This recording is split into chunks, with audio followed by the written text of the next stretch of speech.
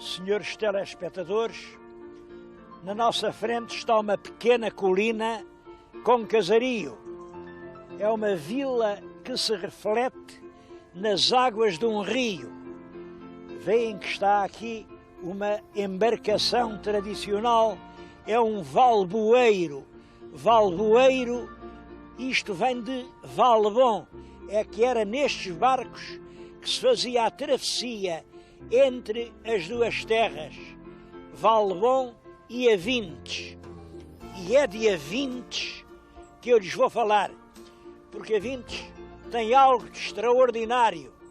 Está atualmente a comemorar os seus 1100 anos de existência. Reparem, 1100 é realmente uma bonita idade.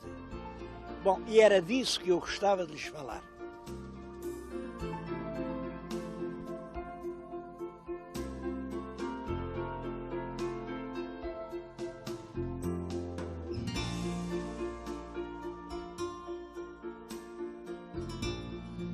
A razão porque Avintes pretende estar a fazer 1100 anos é esta.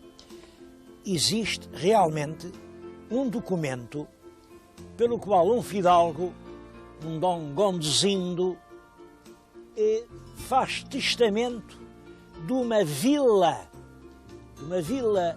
de Abientes sobre o Rio Douro. Essa vila de Abientes é a atual Vila de Avintes. É claro, antigamente a palavra vila tinha um outro sentido.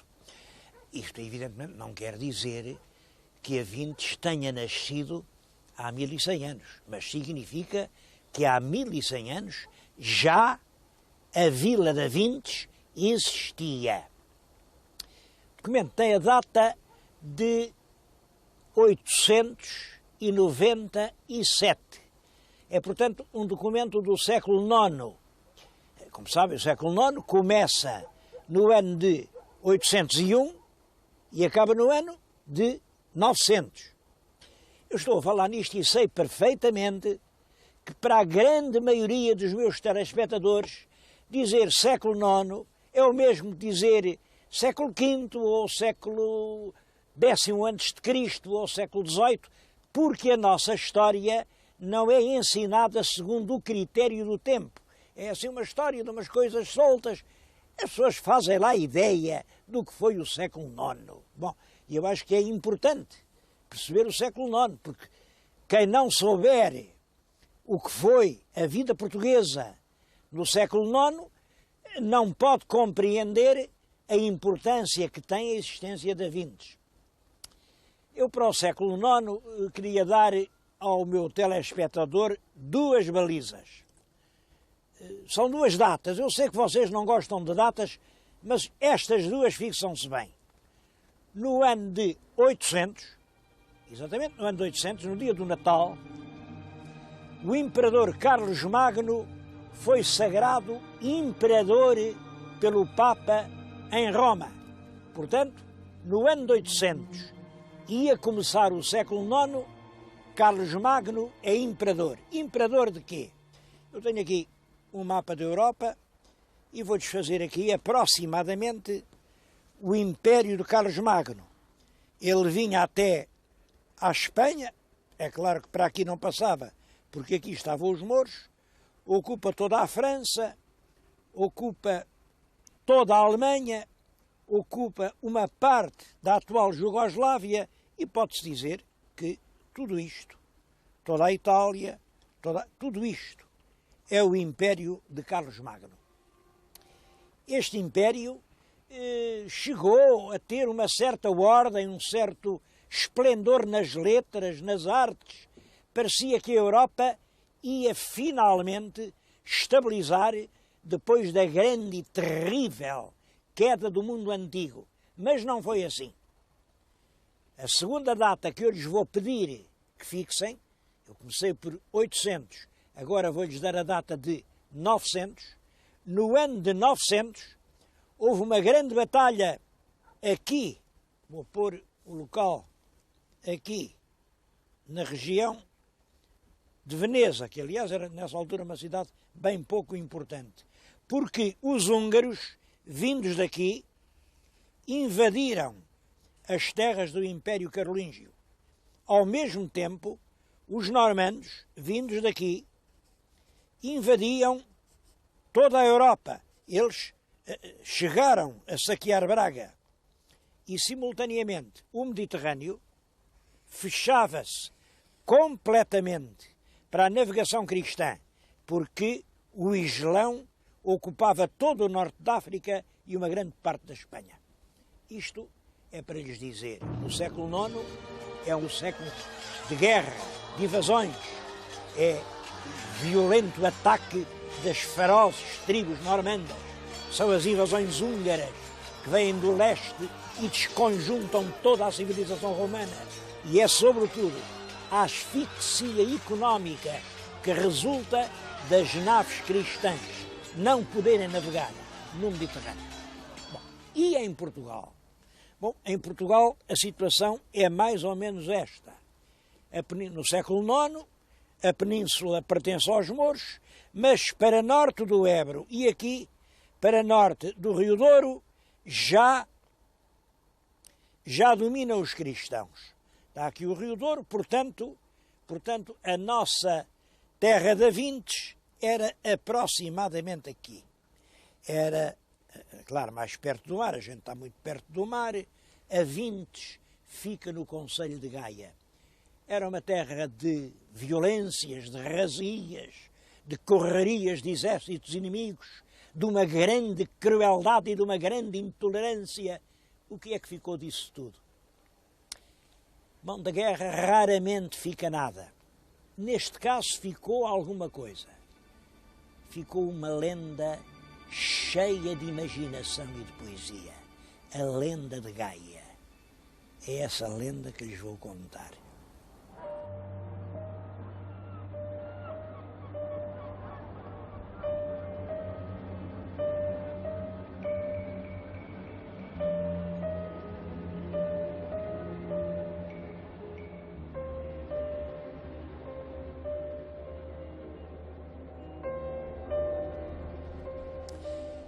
Esta lenda de Gaia é um romance popular que provavelmente andava de boca em boca já no século XIII. Bom, o essencial é o seguinte.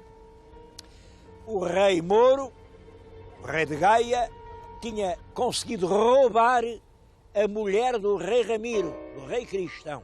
Roubou-a e levou-a aqui para o Palácio de Gaia. Claro que ninguém gosta que lhe roubem a mulher, e o rei Ramiro vem, uma bela noite, com os seus guerreiros, oculto pelo arvoredo, lá consegue chegar ao castelo de Gaia, simplesmente, entretanto, a mulher, a rainha, tinha-se apaixonado pelo Mouro, e fez tudo para o rei Mouro matar o rei cristão. Bom, não conseguiu, é certo, foi o bom rei Ramiro quem matou o rei Mouro e depois levou a Dona Aldora no barco, iam rio abaixo, fez amor com ela, mas percebeu que lhe estavam a cair lágrimas quentes sobre um braço, olhou e viu que era a rainha que chorava. Então, eu libertei-te, choras porquê, mulher? E ela respondeu-lhe, eu choro por aquele bom rei Mouro que tu mataste, que era muito mais homem do que tu. É claro, a história tem muitos outros capítulos, mas este enovelar de episódios de guerra com sentimentos humanos é o que faz dela uma lenda tão interessante.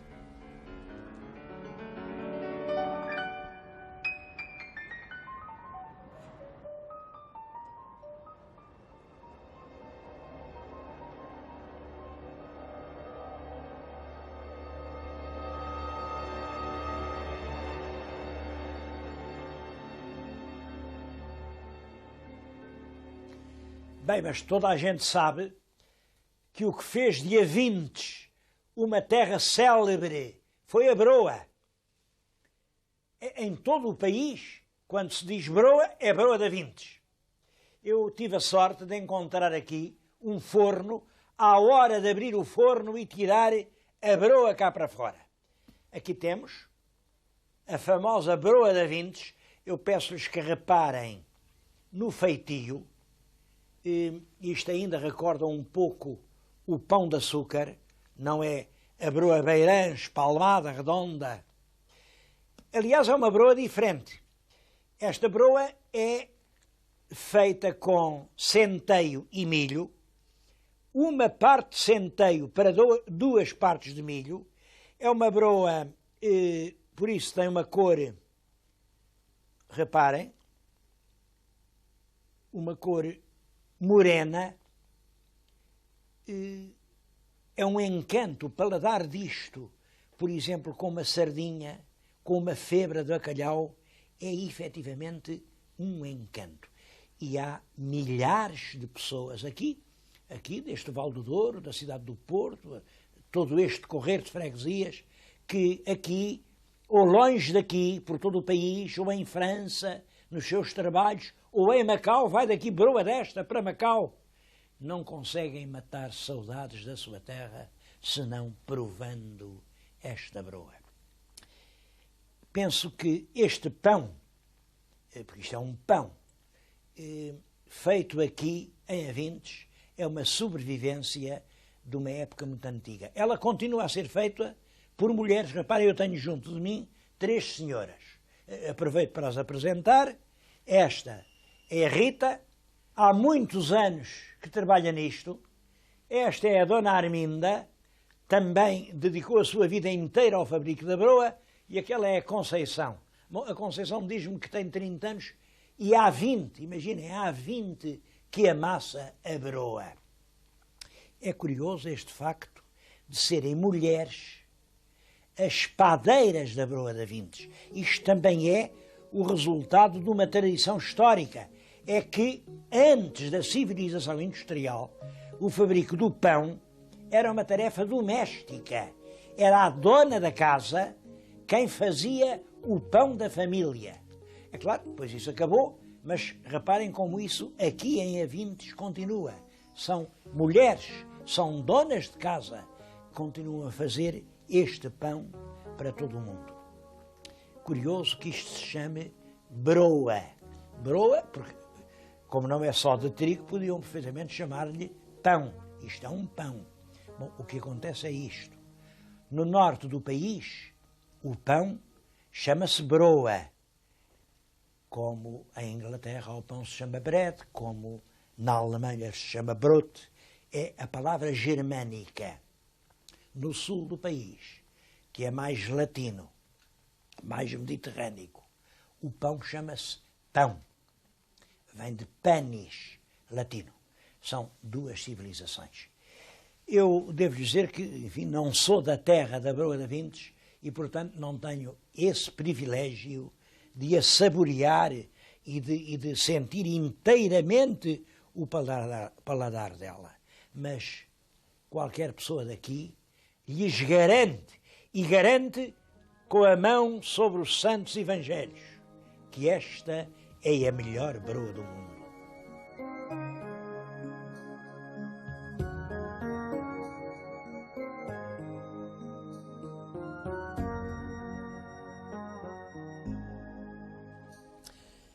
E a propósito de jurar sobre os santos evangelhos, eu queria chamar a atenção para este monumento em que estamos e que suponho que é único em Portugal. Chamam a isto a Pedra da Audiência.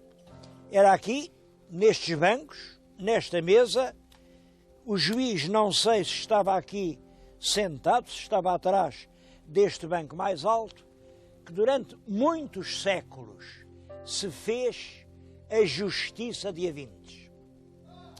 Eu vim aqui à Pedra da Audiência, que é um monumento do qual os avintenses têm muito orgulho, têm enorme orgulho nestes pedaços de pedra, e têm razão, porque isto marca, de certo modo, o emblema e o sinal da sua importância social desde que existem, desde que há coto de Avintes, que há juiz em Avintes. Bom, eu vim aqui, mas não foi com um juiz, acho que já viram, foi com uma juíza. Ela não é juíza, é a professora Alzira Santos, que aqui toda a gente em Avintes considera como a representante hoje da mulher de Avintes. Porquê?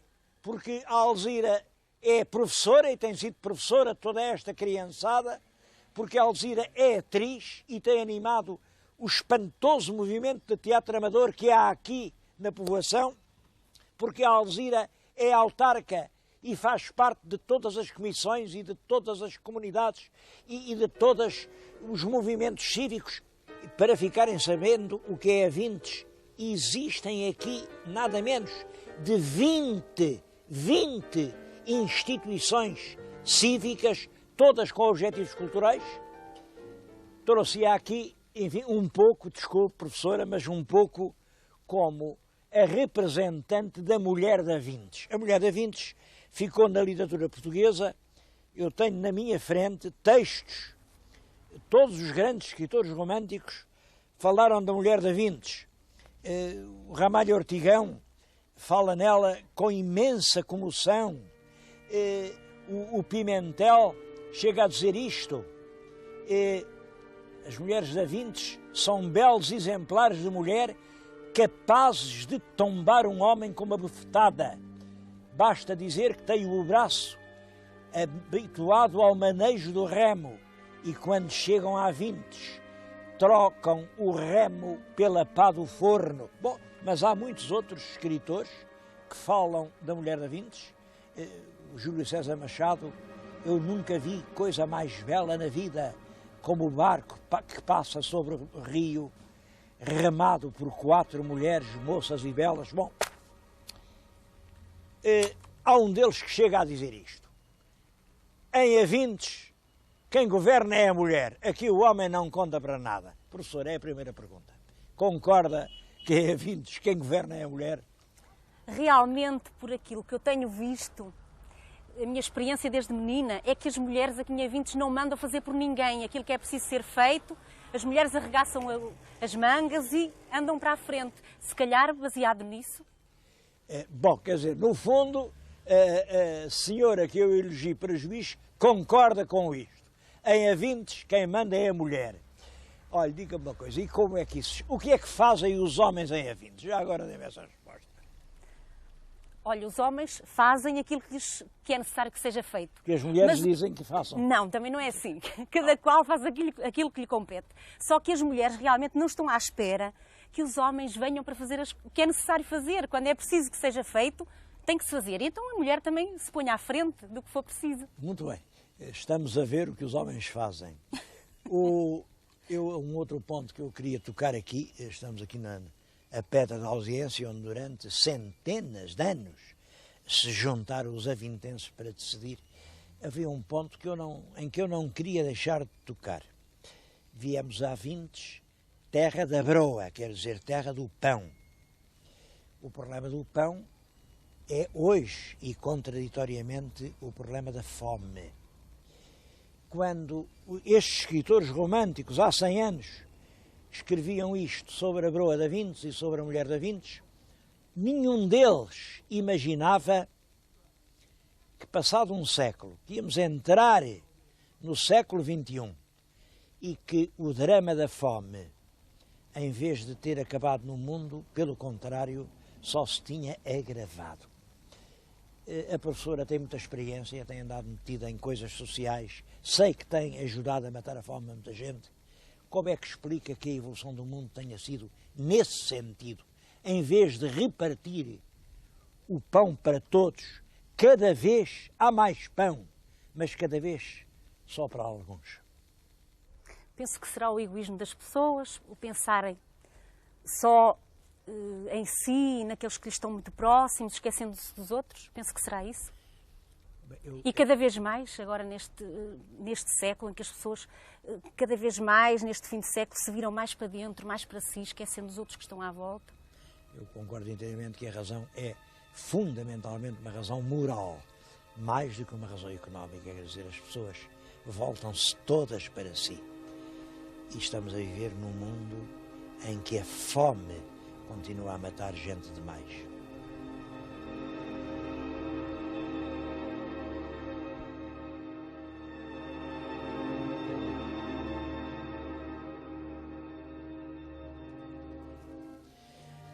A propósito das mulheres da Vintes, eu queria recordar um grande vulto feminino, que não era da Vintes, claro, mas que viveu aqui a vida inteira. É Dona Isabel Vanzeler. Esta Isabel Vanzeler nasceu em Inglaterra, casou com um inglês radicado no Porto, enviuvou, ela nasce nos meados do século XVIII, 1749, e depois de enviuvar, em 1803, dedica-se, imaginem, a quê? A vacinar toda a gente. Era uma altura em que havia aqui muita miséria, muita doença, as crianças apanhavam a varíola que as desfigurava cruelmente, muitas vezes matava, a varíola matava, e é nessa altura que se começa a falar na Europa na vacina. Uma vacina era um remédio que se inoculava e as pessoas que tinham aquilo já não tinham bexigas. Ou se tinham, eram assim umas bexigas, chamavam-lhe bexigas doidas, já não matavam ninguém. Pois esta senhora que vivia aqui nesta casa começa a receber todas as crianças que ainda não tinham tido as bexigas e a vaciná-las. Imaginem o escândalo que isto deu. Então a senhora, uma grande senhora da primeira sociedade portuense, aqui a vacinar miseráveis. Não, ali há gato. Foram dizer que ela era bruxa. Aquilo era bruxeto. Porque uma coisa é verdade. As pessoas que ela vacinava já não tinham bexigas. Então, isto pode-se admitir sem ser por bruxedo. Claro, havia ali um pacto com o diabo, com certeza. Chegaram a querer prender a senhora, houve uma perseguição, valeu-lhe a Academia das Ciências, que nessa altura estava exatamente lançada na grande campanha pelas vacinas, para tentar evitar as epidemias que dizimavam a população. A Academia fez-lhe uma grande homenagem e ela, enfim, de suspeita para as justiças e de suspeita de ter pacto com o Satanás, passou a ser considerada uma grande benfeitora e foi até eleita sócia correspondente da Academia. Era ali, naquela varanda que vê, ela recebia os doentes, vacinava-os, mandava para Lisboa as listas dos vacinados e o número das pessoas em quem ela inoculou a vacina atingiu 14 mil. Eu acho que era uma injustiça não recordar este exemplo.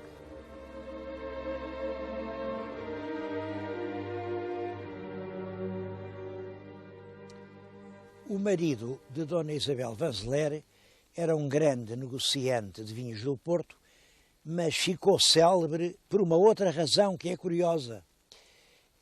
Adorava eucaliptos. Imaginem, eucaliptos. Nessa altura, na Europa, ninguém sabia o que era um eucalipto. Até a palavra é esquisita.